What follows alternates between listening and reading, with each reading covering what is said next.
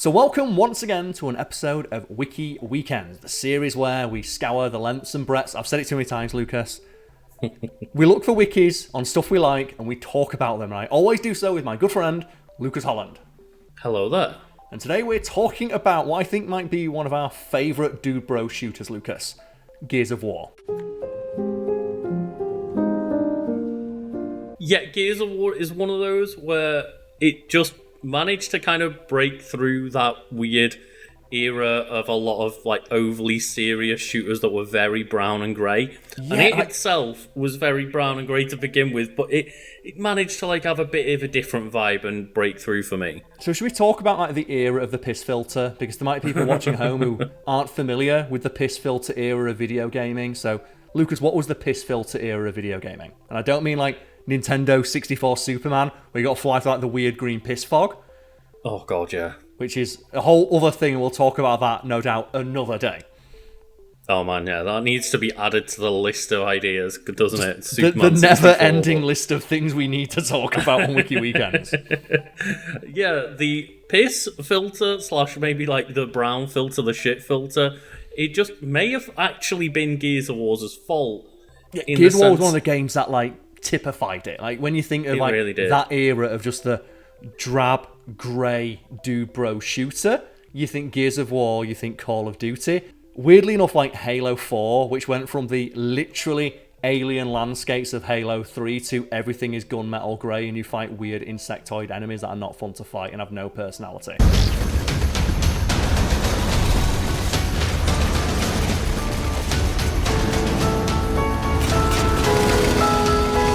Yeah, Halo 4 did a really good job of just removing most of the personality out of Halo. Yeah, and like there was there was a distinct look to games of that era that has become colloquially known as just the piss filter. Just think, like, yeah, Gears of War, the Killzone games. Killzone, Call of Duty, Spec Ops The Line, which was using it to make a commentary on it, but still utilised it. Just think there's like those drab, grey, dark, dingy, just soulless, unfun shooters of the 2010s.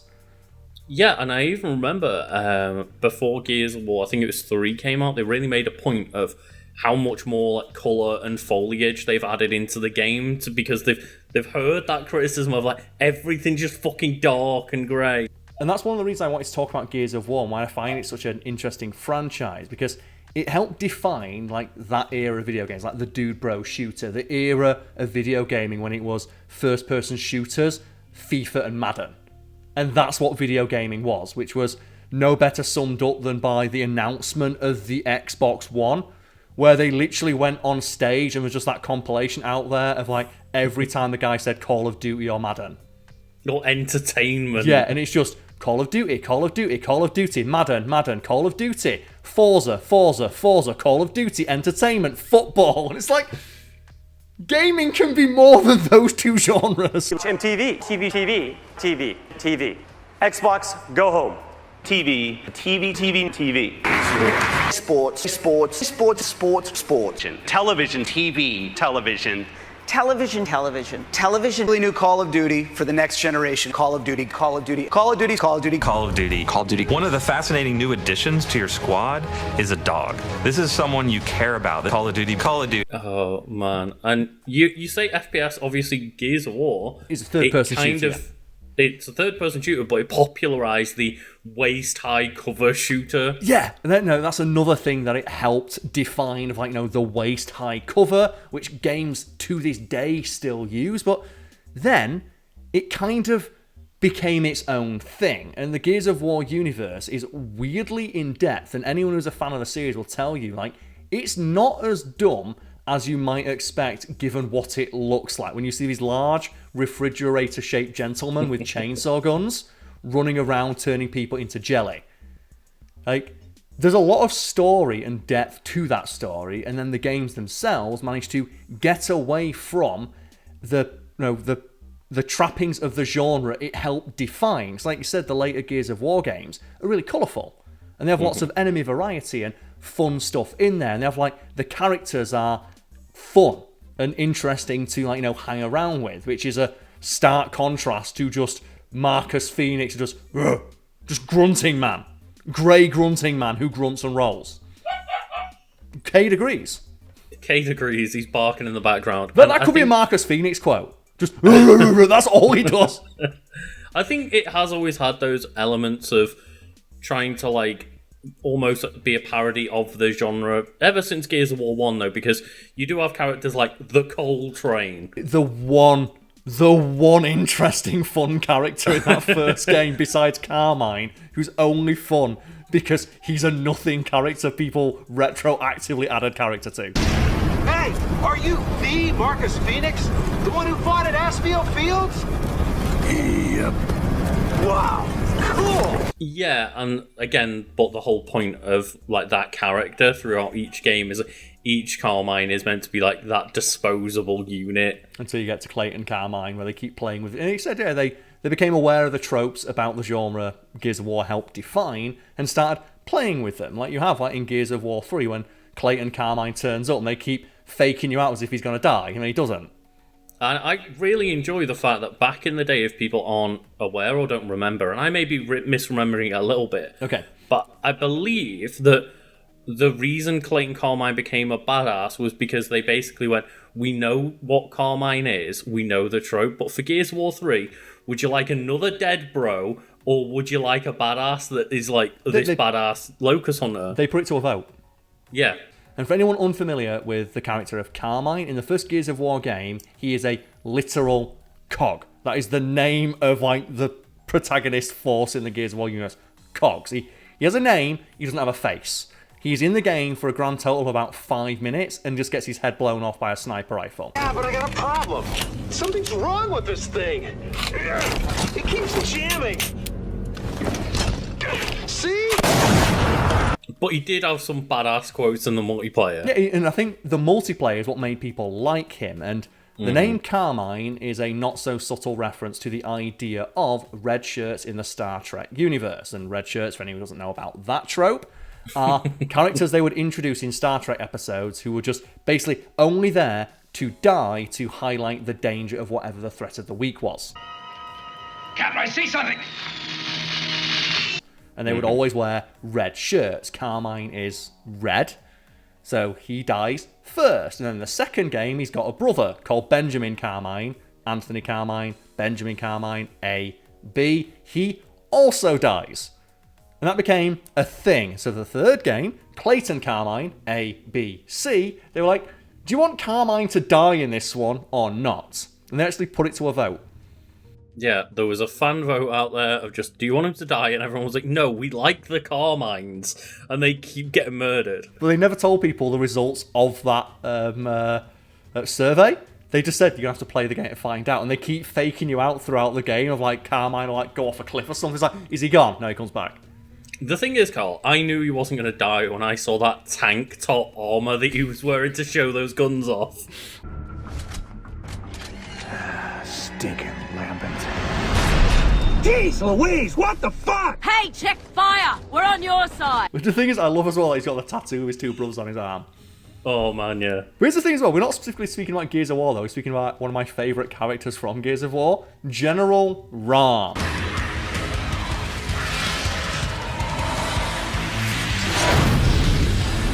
I like the character of General Rom. I think that, like, I guess we are going to be full spoilers in, like, Gears of War and stuff, but, It like... came out 20 years ago.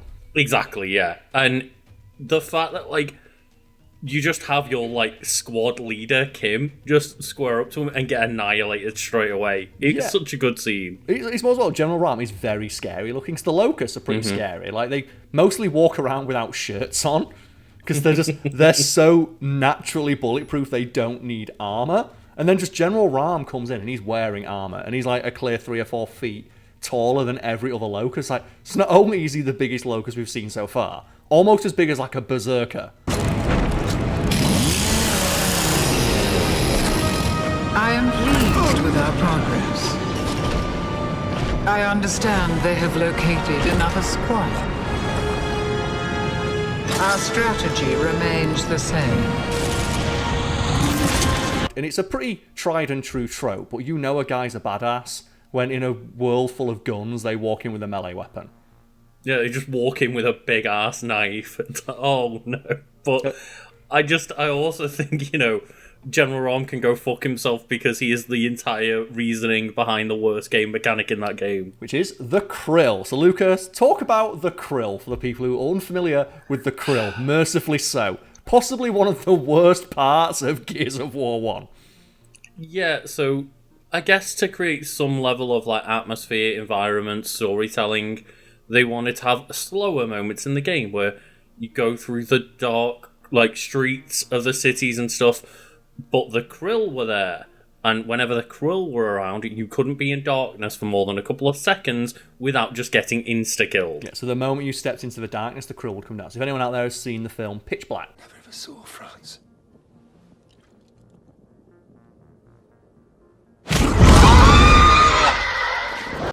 Think of the enemies in that way. It's the moment you're in darkness, these like weird bat things will fly down. I don't even know what they look like because they're so fucking fast. Mm-hmm. Because you die in 1 second. You have no chance. Like the moment you put one foot in darkness, just a cloud of like alien bats come down and just eviscerate your arsehole. And you're gone. Yeah, and obviously, like, the game is meant to be either, you jump in from, like, spotlight to spotlight in the streets, or you build, like, bringing along a source of light to protect.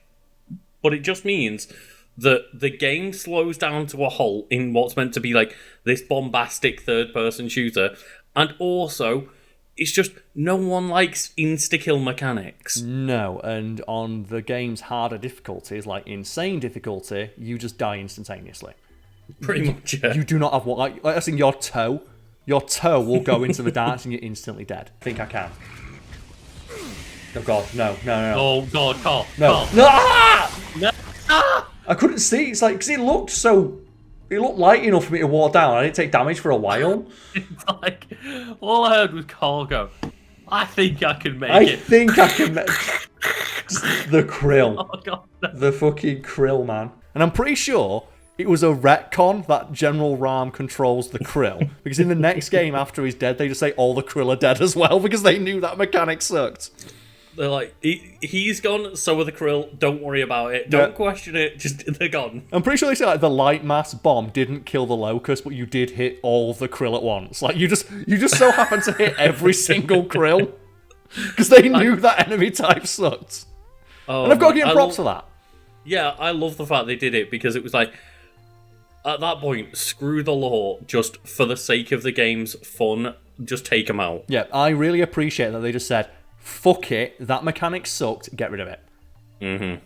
And there's a few mechanics that Gears of War didn't get rid of, and again, that it basically helped define as being part of the genre. And you mentioned there, like, waist-high cover, and you go from bombastic action scene to just, oh, now you walk and talk. And is the walk and talk the worst thing Gears of War popularised? And when I say the walk and talk, I mean, rather than having a cutscene, you have your character walk slowly forward and puts their finger to their ear. And it's just 30 seconds to several minutes of just your character doing this. And you've got to walk forward, because if you don't, then just when combat and action actually starts, you've got to run for like 30 seconds in a straight line. But all you do is hold forward. Gears of War 4, I have zero interest in because of the robots. No, Lucas! What? I've got my finger to my ear. No! I was running across, and then he just put his finger to his ear. I was in like the middle of the street. I turned around and just saw you like... Oh, God. That's why that system sucks ass. And I get most of it was probably hiding loading times because a lot of them are skippable, but they're only skippable after like a certain length of time. Which I get. But the game is clearly loaded in by then and you're allowed to skip, but... And I'm aware of that, and that is a fairly elegant solution to that problem. It doesn't stop it from being really, really annoying, though. And the amount of games that apes that system just makes me hate it so much more, because if that solution's fine in that one game, but the fact that almost every game that came out for 5 years afterwards that wanted to be cinematic just had the moment where your character does this and walks forward, like, for fuck's sake! Yeah, and then I guess like the modern equivalent of that is like, the squeezing through the tight bit of the wall, and I'm like, oh my god, just show me a fucking loading screen. I'd rather I have a don't load care. screen. Like, that was God of War that popularised that, right? Like, obviously, it was a thing before It then. might but have just... been like another game, but God of War, because of like the one shot, definitely made it very popular. And for anyone who doesn't know what we're talking about, if you play God of War 2018, every time you see Kratos like sidle through like a little gap, that's a loading screen, and they're hiding it with a canned animation. And Lucas, I'm not sure if you feel the same way as me about this, but do you hate that you know that? Because as soon as you notice it, you can't unnotice it. I like that you're saying that while also making people that are probably unaware of it more aware of it. Of like, we're spreading the problem. It's the video game equivalent of like manual breathing or noticing that you can see the end of your nose. It's like one of those things, once you've had it pointed out to you, you can never unsee it, and it just serves to piss you off more. Exactly, yeah, and I'm still currently playing through Final Fantasy VII Rebirth, and I'm like, every time I squeeze through one of those tight little narrow spaces, I'm like, oh, just fucking stop. I'd rather have a 5-second loading screen with a tooltip on it telling me fun lore about the universe. But, Lucas, we've got a quote from General Ram here, because you know he can talk. Did you ever hear him talk in the base game that he's not saying something like, "Roar"? That's the thing, most of the time that I remember seeing him, he's either silent or kind of just growling a little bit while pointing the krill at someone. Yeah, well, he has a quote here. Then let's carve our names into history. I would feast upon the terror of all of Serra. Before the end, I will demand recognition from our gods. And that is Ram's declaration to Scourge before commanding the assault on Janamont. And that's presumably from one of the novels, which I've read a couple of them. A friend of mine is really into the Gears of War universe. Like, he's got like the novel, like the Battle of Aspho Fields. And there's like a lot of lore to the Gears of War universe. Like, one of the things that you may have noticed there, folks at home, is that he says Serra, because it's not set on Earth. Everyone always assumes it's set on Earth because it's got people in it, and then aliens turn up. And they're not aliens, they're locusts, they live underground, but you know what I mean, right? Technically, yeah, exactly. And like, I think part of the lore is obviously that maybe the humans, quote unquote, like similar to humans, are maybe not the good guys, because we kind of just terraformed their planet and stole their planet because they were underground. Yep. And, so technically everyone in the Gears of War game is an alien. And we're getting a bit deep into the weeds here, so I'm just going to say one thing about the fact it's set on Serra and not on Earth. And do you know that the gravity on Serra is different to what it is on Earth, Lucas? I am aware of this tidbit of lore, but I do call bullshit on it. Yeah, so do you want to explain this to the folks at home? So the reason that everyone is, as you described, Karl, refrigerator-sized men, is because the gravity is greater on Serra, and therefore they need, bigger bodies, higher like muscle density, stronger skeletons, presumably as well.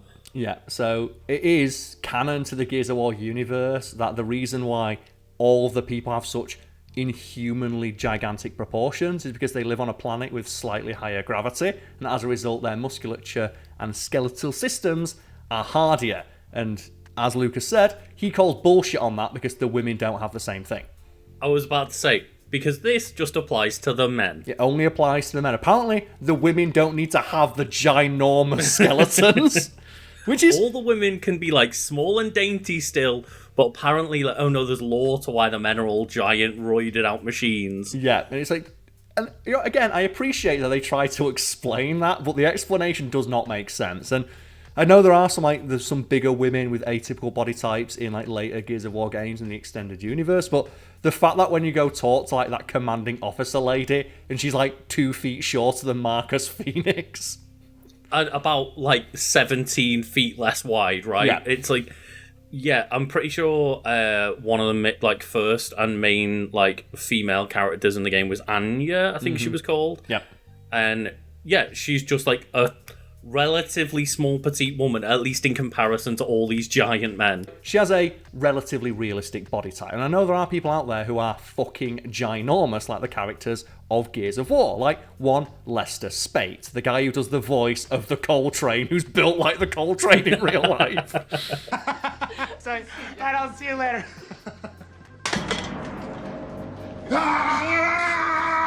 Check Razor! Check Razor! Get ready for the pain, woman! The pain train is coming! I got it! It's in there! Don't hurt me! Please don't hurt me! And yeah, again, like, some men are that big, but not all men are that big like they are in Serra. Yeah, and the fact that they came up with an in-universe explanation for why they're so big, but if that was the case, why are all the women like, just regular looking women, where all the men are like, just ginormous to the point of looking like NFL players?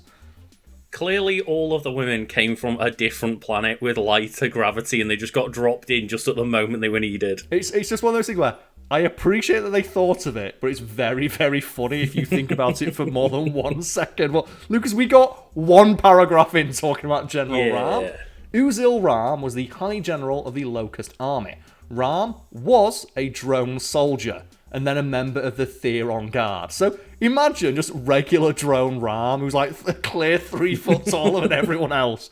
It's like, that guy's not a drone. You can't call all 10 foot of General Ram a drone. The thing is, I find it hilarious, though, that he was a Theron Guard at some point, because when they're first introduced, it's like, oh, they're the Whispers. And they're, like, really, like, stealthy, and just... they come out of nowhere, and you don't see them, and you just hear a torque bow charging up. Yeah. And then all of a sudden, can you imagine just, like, all 11, 12 feet of General Ram trying to sneak about? Okay, let's just talk about the various, like, enemy types in Gears of War, because I really do like the various, like, casts of Locusts. Like, I'm a big fan of, like, the Theron Guard. I love the way they talk, where it's like, punish! You hear that? What the hell's that sound? It's just the wind. Yeah, right. When's the last time the wind said hostiles to you? Fun fact, it's the voice actor for Ram is the voice actor for all the Theron Guards. It's D. Bradley Baker, who is perhaps best known as Klaus the Fish from American Dad. Because I just like that juxtaposition of he's Klaus the Fish, but also the Theron Guard. Take your pick, Klaus. Your family pay for a full quarter hour. I'll take the ugly one. Time for Klaus to show how much of a man he really is. I'm not very much of a man! I also like the Cantus, specifically because I like that the moment you land one shot on a Cantus, they do like the full sideways dive every time. Every time you land a single shot, they go, huh? And we were talking about Halo 4 earlier. It was just so infuriating when Gears of War 4 pulled a Halo 4 and took the really interesting, quote-unquote alien species. I know they're not necessarily alien to Sarah, but, like, yeah, they took the cool Locust and they just went, do you want to fight robots? No. I don't want to fight robots now. And do you have a favourite, like, member of the Locust cast? I do like the Theron guys, and I do like the Cantus, but mostly I like the Cantus just because when you play them in online multiplayer, you've always just got to dive sideways. Part of me just really liked what I will call the ticklers. The tickers. The tickers. But I just remember playing like hours and hours of Gears of War with a few friends, passing the controllers around. And one person just like turned around after hours and went, wait, they're called tickers. Oh, that makes sense. I thought they were called ticklers. Because they just come up and like tickle your feet. So to me, they've always been called ticklers. But I always enjoyed going on like that Gears of War 3 Beast mode and just like going as a ticker and just running around and blowing up on people.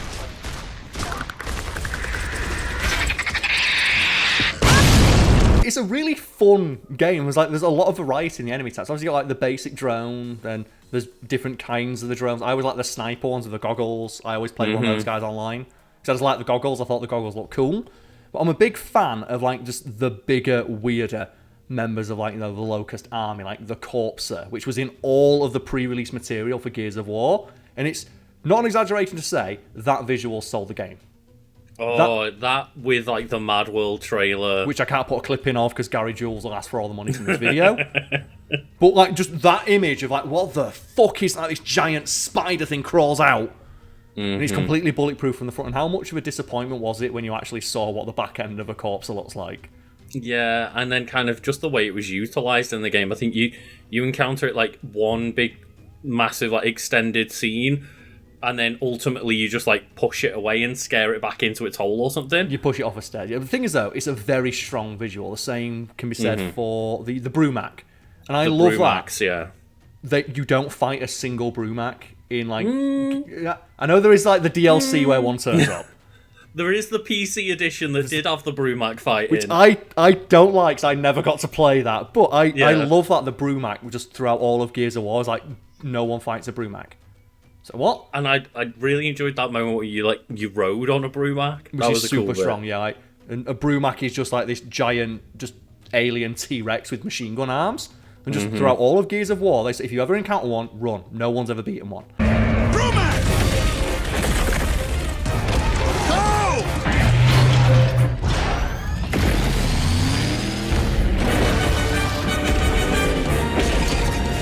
Upsets if you play like the Ultimate Edition where you got the DLC where you fight one, but I don't like that because it kind of like ruins their mystique.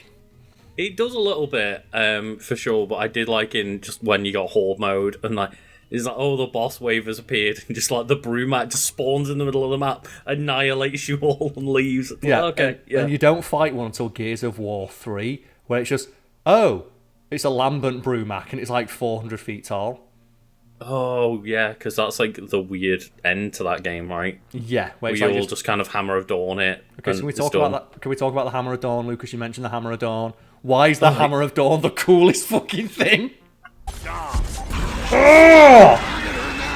Shoot with everything you've got, Lucas. And, like, that was one of the specialties of Gears of War, was inventive weaponry. And yeah, everyone always says, like, it's the Lancer, the chainsaw gun. Here's a picture of Ice-T with his personal gold one. Because Ice-T got a golden Lancer from Epic Studios for some reason. I don't know. I think he was in one of the games, right? Yeah, he loves Gears of War. But he got a golden one for free. But, like, the fact that they made the Lancer, which almost immediately became one of the most iconic weapons in history, like within gaming history, I should say. Yeah, it's up there with, like, the plasma sword from Halo. But then just the Hammer of Dawn of like, let's call down this space laser, fuck it. And as soon as you get your hands on that weapon and see how effective it is, you ask yourself, how did humanity lose if this is the level of technology they have access to? And that question gets answered when they say all the satellites that are used to call down the Hammer of Dawn are no longer in service.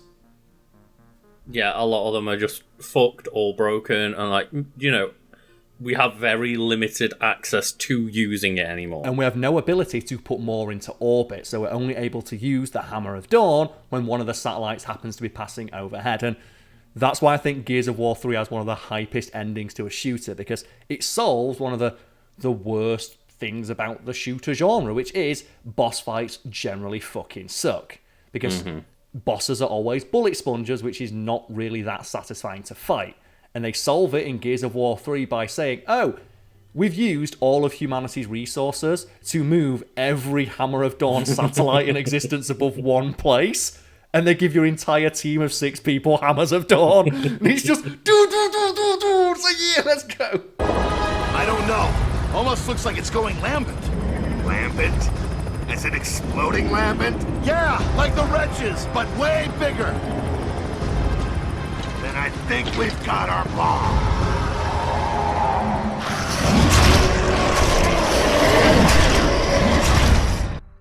Take out the barge's legs!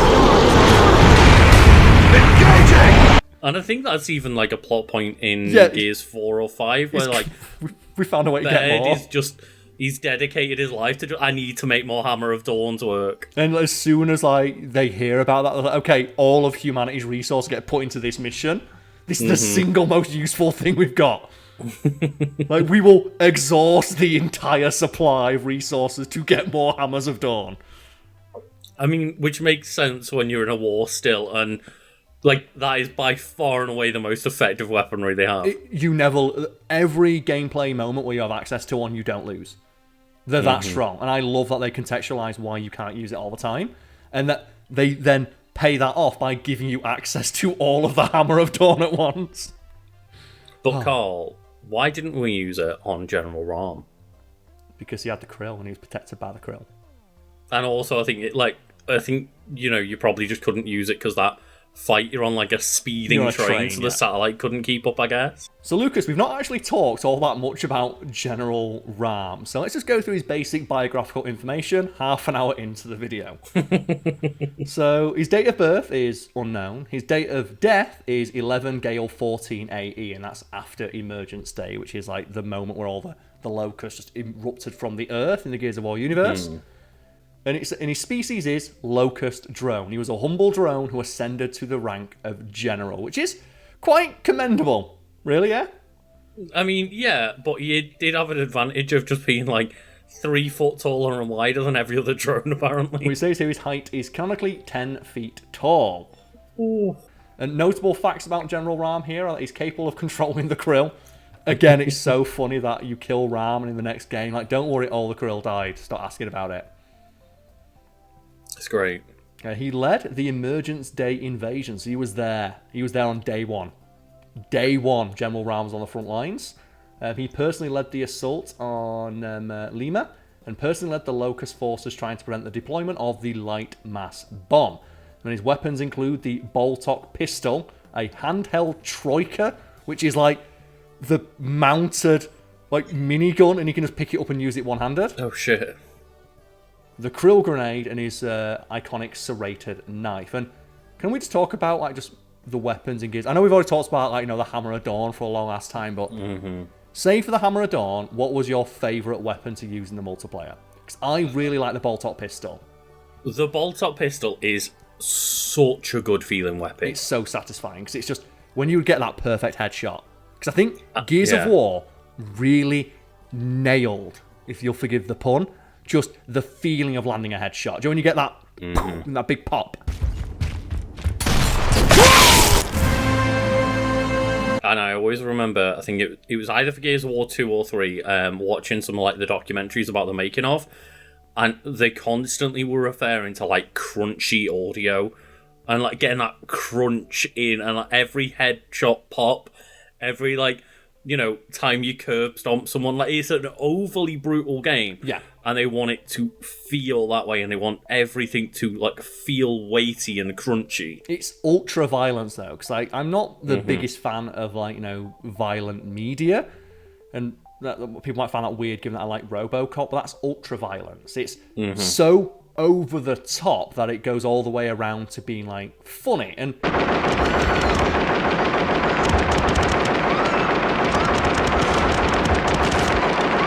it is funny in like a macabre way in Gears of War when you like shotgun someone and they just completely explode. Like it's like 14 all that's torsos. left is just 2 legs standing there, and the rest of the body's just obliterated and shotgunned away. You know what to do, Lucas. Except my first rodeo, Karl. Ah! God! I got the first chainsaw. Yeah, and it's like when you land like a perfect headshot with like the Boltok pistol and you just get the... And I absolutely adore that every character you can play as in multiplayer has unique voice lines based on how you kill the enemy. And Lucas, you know this, you play Gears of War with me. What is my single most favourite voice line in Gears of War, and what is the criteria for making it happen? It's when Dom gets like a headshot kill, right? Yep. And I think if I'm remembering the line that you've mentioned is just he just says "sup bitches." Yeah, he's got "sup bitches," and the reason I love that is I played through all of Gears of War 1, 2, and 3 with my friend, and I played Player 2. So I was playing as Dom throughout, like, you know, the entire series, which kind of sucked when we got to Gears of War 3. Spoilers. And just, I remember like the first time I landed a headshot with Dom and just went, "Sup bitches," and I went, "That's it. This is the character." That one line made me like this character. The best line in the game. That last shot! You can hear it on yours as well, can't you? Yeah. Just, it's so loud, it overacts everything. I mean, I nearly always play as female characters given the choice in like the multiplayer modes and stuff. One character me and my friend always enjoyed playing just for one reason was always Dizzy from Gears of War 3. And it was always just because when you did like the charge with the Retro Lancer, he just gave out the greatest scream ever.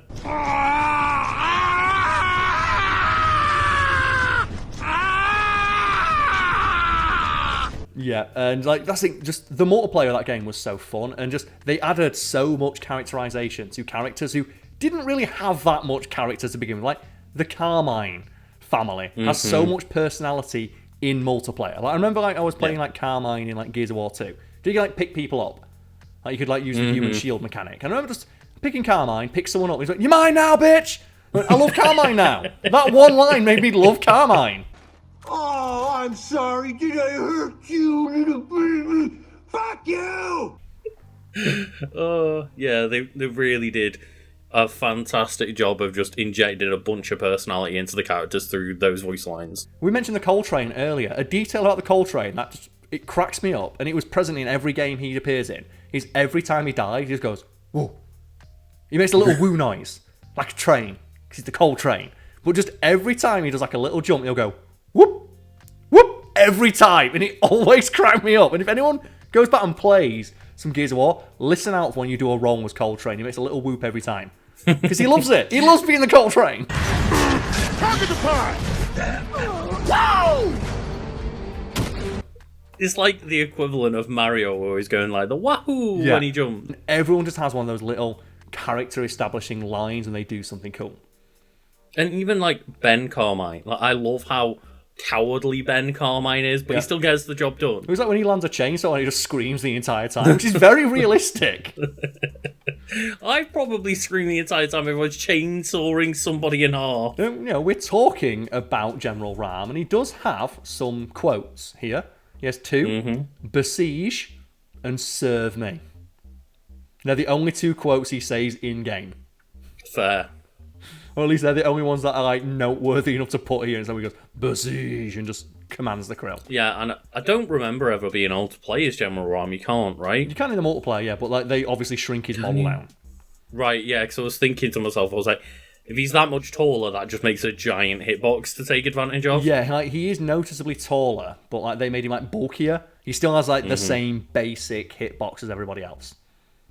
Right, yeah. And as cool as it would be to play as, like, you know, all 10 foot of General Ram, I see why, because you'd never pick that character in multiplayer if they were 10 feet tall, because every time you hid behind cover, you could just headshot them. Well, it's like how we talk about, you know, games like GoldenEye and Time Splitters having completely unfair characters because they have tiny hitboxes. Like, it would be the other way around of just he would be the lowest tier character in the entire game. Yeah, it's like whenever you have like a competitive element to something, you want to minimize like chance as much as you possibly can, so that the only deciding factor ultimately is skill. And there's like, you know, there's a few like issues with some of the hitboxes with some of the bigger characters. Like I know like the Cantuses and stuff are kind of awkward, so they've got like the flowing robes, and some of the characters have like smaller heads than the other ones, like, or some of them have got easier to spot heads, like Dizzy is apparently easier to spot because he wears the cowboy hat. So he's just easier to spot in cover. And I think Kim as well, because he's bald, he's really easy to spot because you can always see his little bald head. Or just any character that has got the helmet with lights on or anything like that, yeah.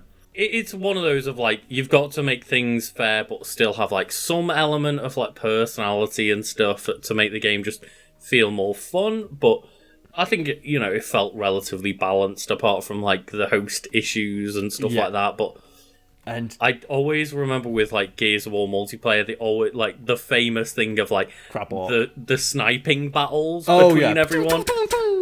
Of, like, just, you'd be up and down within, like, a second. You just see these heads, like, boo, boo, boo, boo, boo. Do you know what? I just, like, we've mentioned it a few times in a couple of videos so far, but I just think, like, you know, the people in the Gears of War universe, they're just that good. I can see why, like, you know, in that world you'd want to be really, really good at sniping, because, like, you know, if you're rolling around in the world where the krill exists and you know that 1 second out of cover is instant death, you'll get really good at popping in and out of cover. Yeah, I love the fact that, just people pulling off these, like, 0.2 seconds of getting up out of cover, getting their head into the scope, pulling off a perfect headshot and getting back down. It's instant. So here's the question, Lucas. How into the Gears of War multiplayer did you get?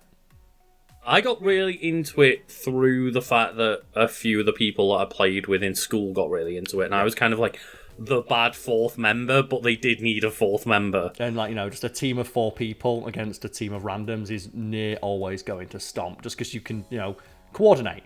And I didn't get too much into it, but I did want to tell the story of my friend who went for the Seriously achievement, because the first, like, you know, generation of, like, Xbox 360 games, like, people gave a shit about Achievos. Like, people love their Achievos, and the Seriously achievement was for killing 10,000 people in the multiplayer. And I remember my friend who his account glitched and he got Seriously unlocked, and he called up Xbox Live customer support to have them remove the achievement from his account so he can unlock it legit. Because That's such a ballsy play. He didn't want to have it unlocked on his account if he didn't earn it. So he called up Xbox customer support to remove it from his account so he could do it for real. And then Gears of War 2 came out and it was seriously 2.0, where it was like, get 100,000 kills. Yeah, and then Gears of War 3 did 3.0, and it's just, like, respect / get some help for everybody that got that achievement of, like, holy shit, that is commitment. And the reason I wanted to talk about, like, the multiplayer of Gears of War is because it was that era where there were no rules, and there were a couple of things you could do to make it really unfair for the people you were playing against. And I remember, because I had friends who were really into it, and one of my friends just had a little X drawn on the centre of his screen with permanent marker. You might think, well, why would you have a little X drawn in the centre of your screen in permanent marker? Why would you ruin your TV like that? And that's because it would just tell you where your reticle is when you weren't aiming. So when he was playing the game Rainbow Six online, he could just know exactly where his reticle would be, so he could pop out around the corner with a sniper rifle and blind fire from across the map and get an instant kill. Gangster style.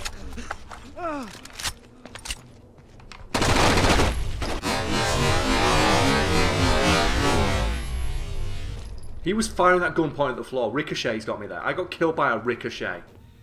Yeah, because that little trick, whether you put like a little bit of blue tack in the center of your screen or whatever, it just means that when you're not aiming, you know where you will be aiming the moment you press aim down sights. Yeah. So you know exactly where you're thinking, and it allows you to basically get cross map kills and stuff like that. You just, with pinpoint accuracy, know exactly where you're going to aim the second you pop out from cover and you press the trigger. Like the other one was people getting like turbo controllers to fire as like, you know, just rapid fire like single shot weapons in like Call of Duty or like Halo. The thing is, I never used it for like competitive shooters and stuff. I always used the turbo controller for like Mario Party minigames. And just like melting people and just what is going on. I remember my little brother couldn't actually like, you know, pull the trigger that fast. And I just remember whenever he'd play, like he'd just run around with a Desert Eagle in Call of Duty and he could pull the trigger that fast. It's like a machine gun. He was that good. But the other one I remember is a friend of mine who somehow like jury rigged to get his keyboard and mouse to play Gears of War on the Xbox 360. Mm-hmm. And anyone who knows anything about gaming knows that that is just unfair. And I know keyboard and mouse players will say, but if you play on a controller, you get, you know, that little bit of aim assist. That's because you need that, because the level of precision you have is nowhere near as good as it is when you have a keyboard and mouse. And there is a conversation to be had about, like, some games do give too much aim assist and make it, like, a little bit unfair the other way. But for the most part, the level of access of, like, movement and stuff that you get and just speed and control that you get on a mouse and keyboard, it just makes it unfair. And there's a reason that normally lobbies are split between what input you're using. Because it's just, like, totally unfair. And he just, like, managed to jury rig to get a keyboard and mouse playing Gears of War. It's like, he just said, it's not fun. I always win. No one has a chance. Yeah. And yeah, that's like, you know, we didn't really talk about general rights, more a conversation about Gears of War. But if you have any war stories about, you know, that era of video gaming, be sure to share them in the comment section below. Or click on the link to our Discord and, like, you know, just continue the conversation there. Or tell us about your favourite video gaming memories, or, you know, just anything we may have missed. Or just give us some suggestions for stuff to cover in future, because you didn't really talk too much about General RAM. Just comment anything, apparently. You, as I said in the intro, the wiki is irrelevant. The wiki exists to give us an excuse to have a conversation about something we enjoy, and we certainly had a conversation about something we enjoy. We did. We could talk about Gears of War for a long ass time, and I'm sure we'll bring it back up in the future. Oh, right. I guess like the last thing we can, like, you know, mention then is, Lucas, what was your favourite execution in Gears of War, and why is it the one with the sniper rifle? I was about to say the golf swing with the sniper rifle. They never topped it, right? It's the best one, which is where you just, like, you get the sniper rifle and you swing it all the way over your head. And oh, I was thinking the golf swing one. That's with a shotgun, right? That's like the... Is that the shotgun? That's the shotgun, yeah. The sniper rifle is the longest one where you go... Yeah. The other one that I really enjoyed, because it takes so long, so you only do it when you, like, really want to show off, or you're really sure you're going to pull it off. Do it for the where flags. You pull off their arm and beat them with their own arm.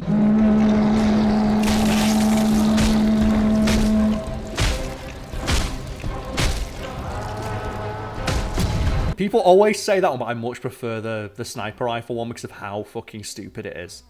The sniper one is good, yeah. It's the classic. I was getting the mix up. And I also do like the torque bow one. Oh. Where you put the head against the torque bow and put your foot through it. It's like, oh, that God. one's rough. Or the classic of just like the flamethrower, put it right in their face and pull the trigger. That one's bad as well. Oh, yeah.